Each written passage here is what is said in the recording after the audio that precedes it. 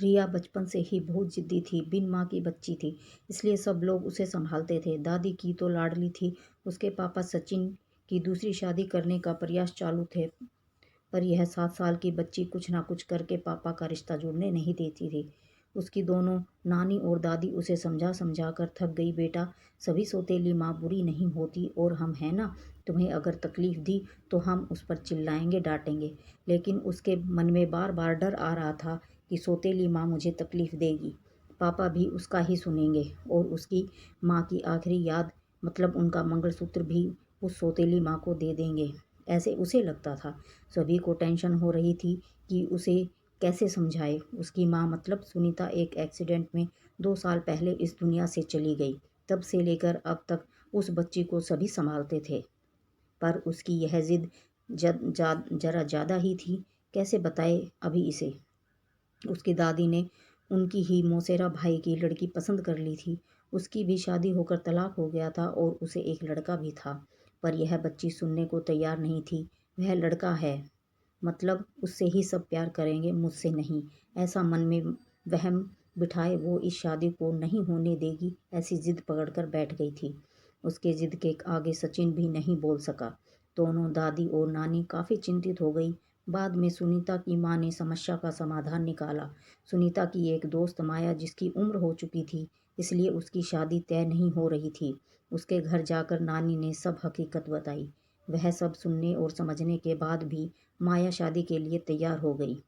इस वजह से दोनों नानी और दादी भी काफ़ी खुश हो गए।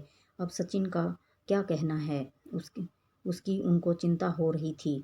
खुद सास ही बोल रही थी, इसलिए जमाई तैयार हो गया लड़की को मिलने के लिए। सचिन ने माया से मिलने का तय किया। मुलाकात के दिन सचिन ने माया से कहा कि मैं सिर्फ रिया के भविष्य के लिए और अपनी माँ की इच्छा के लिए तैयार हुआ हूँ।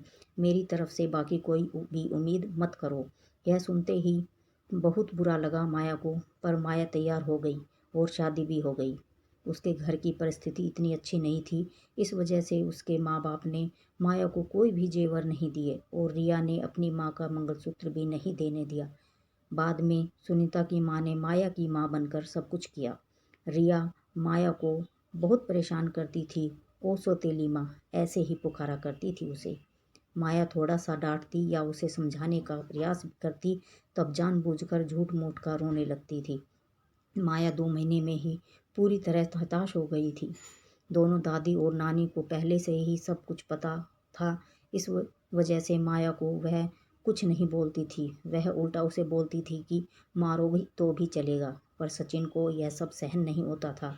जब परिस्थिति हाथ से निकलने लगी तो माया ने उसकी सहेली, जो कि एक स्कूल टीचर थी, उसके साथ मिलकर एक प्लान बनाया और सचिन को असली परिस्थिति का, सच का पता चले, इसलिए रिया के ड्रामों का वीडियोज़ बनाकर उसे दिखाया। पहले माया को ही गलत समझने वाला सचिन सारी सच्चाई से अवगत हुआ और उसने उन दोनों को धन्यवाद किया। प्यार से रिया को समझाया कि इसके आगे तुम्हें माया के साथ अच्छा बर्ताव करना होगा, उसकी सब बातें सुननी होगी। हालांकि रिया ने काफ़ी तमाशा किया, पर कोई भी उसकी साइड लेने वाला कोई भी नहीं था। ये उसे समझ में आ गया। उसको माया पर बहुत गुस्सा आया था। माया उसे बहुत समझाती थी। धीरे धीरे माया और सचिन का रिश्ता भी सुधर रहा था, पर पति पत्नी जैसा रिश्ता उनमें नहीं था और वो सचिन ने उसे पहले ही बता दिया था। माया को बहुत बुरा लगता था।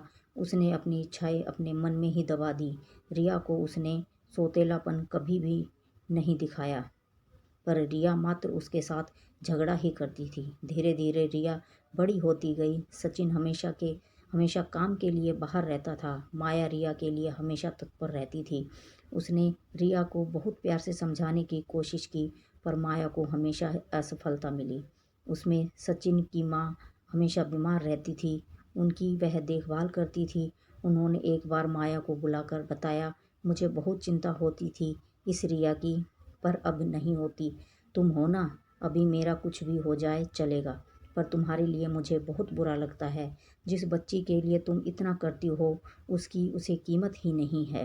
तभी माया मुस्कान के साथ बोली, रिया को देखते हुए बोली कि उसने मुझे हमेशा गलत ही समझा। हमेशा की तरह रिया ने माया से बहुत झगड़ा किया। सचिन के घर आते ही उसने सब झूठ बताया, पर उसने भी रिया को ही सुनाया। गुस्सैल रिया ने खाना भी नहीं खाया।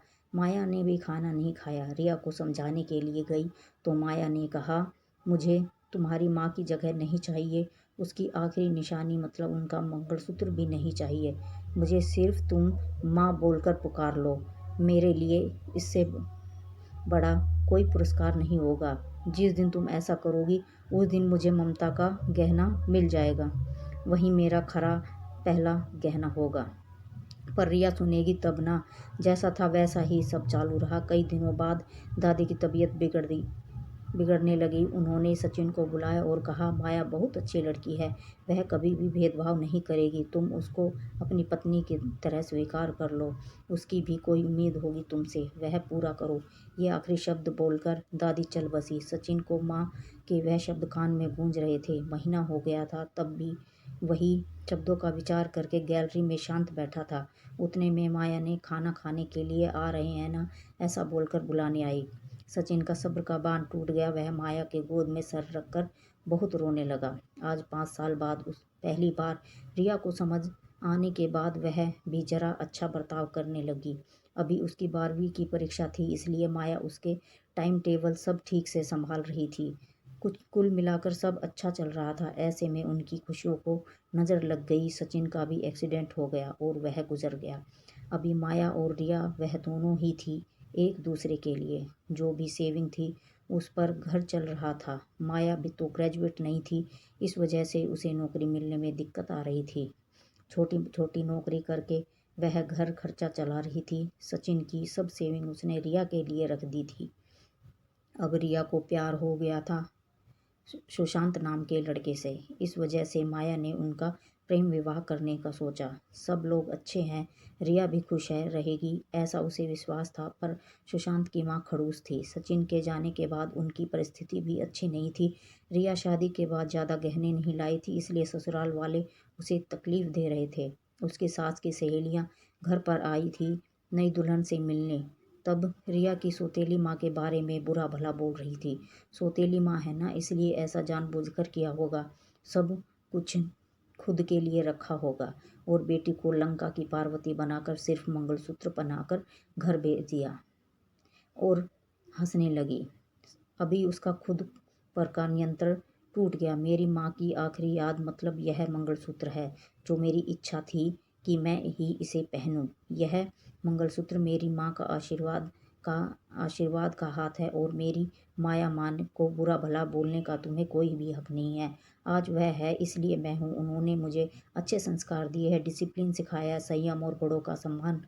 यह सब बातें कोई भी उम्मीद ना रखते हुए सिखाया है। पापा के जाने के बाद भी उन्होंने कमाए हुए एक पैसा भी खुद पर ना खर्च करते हुए सब पैसे मुझे दिए हैं। कभी भी सोतेलापन उन्होंने मुझे नहीं दिखाया। मेरे लिए उन्होंने खुद का बच्चा तक नहीं होने दिया। पर मुझ पागल को कभी यह समझ में नहीं आया। उन्होंने मुझे सिर्फ और सिर्फ प्यार किया। उन्हें एक ही चीज़ चाहिए थी जो मैं कभी नहीं दे पाई। सब औरतें एकदम सोच में पड़ गई कि आखिर वह कौन सी चीज़ चाहिए थी। उन्होंने रिया से पूछा उन्हें क्या चाहिए था। सच में बहुत महंगा गहना होगा, इसलिए तो उसने इतना एडजस्ट किया होगा। बातचीत हो रही थी कि तब वहाँ माया आई और औरतें खुसर खुसर करते हुए हंसने लगी। माया मन में डर गई। रिया ने ऐसा क्या किया जो सब औरतें उसे देख रही है। तभी रिया ने माया को गले लगाकर प्यार से माँ बुलाया। दोनों माँ बेटी सब भूलकर एक दूसरे की बाहों में गुम हो गई। औरतें जब कानाफूसी कर रही थी तभी रिया बोली, आप सबको यह गहना देखना था ना। यही माँ बुलाकर ममता का गहना उसे चाहिए था। माया को रोना आ गया था। दोनों सचिन और दादी के फोटो के सामने खड़े होकर उनको हाथ जोड़कर खड़े थे। रिया ने उनसे माफ़ी मांगी और माँ को कभी खुद से दूर नहीं करूँगी ऐसा वचन दिया। दोस्तों, समाज में कई गलत बातें भावनाएं बनी हुई होती हैं जो जाने अनजाने बच्चों तक भी पहुँच जाती है। हमें बच्चों को और खुद को भी इस बात को समझना होगा कि हर पुरानी बात पूरी तरह या हर किसी के लिए सच या एक समान नहीं होती है। किसी एक का सच दूसरे के लिए झूठ हो सकता है। इसलिए किसी भी बात को अपने दिल दिमाग में बिठाने से पहले उसकी सत्यता की कसौटी करना बहुत ज़रूरी हो जाता है। धन्यवाद।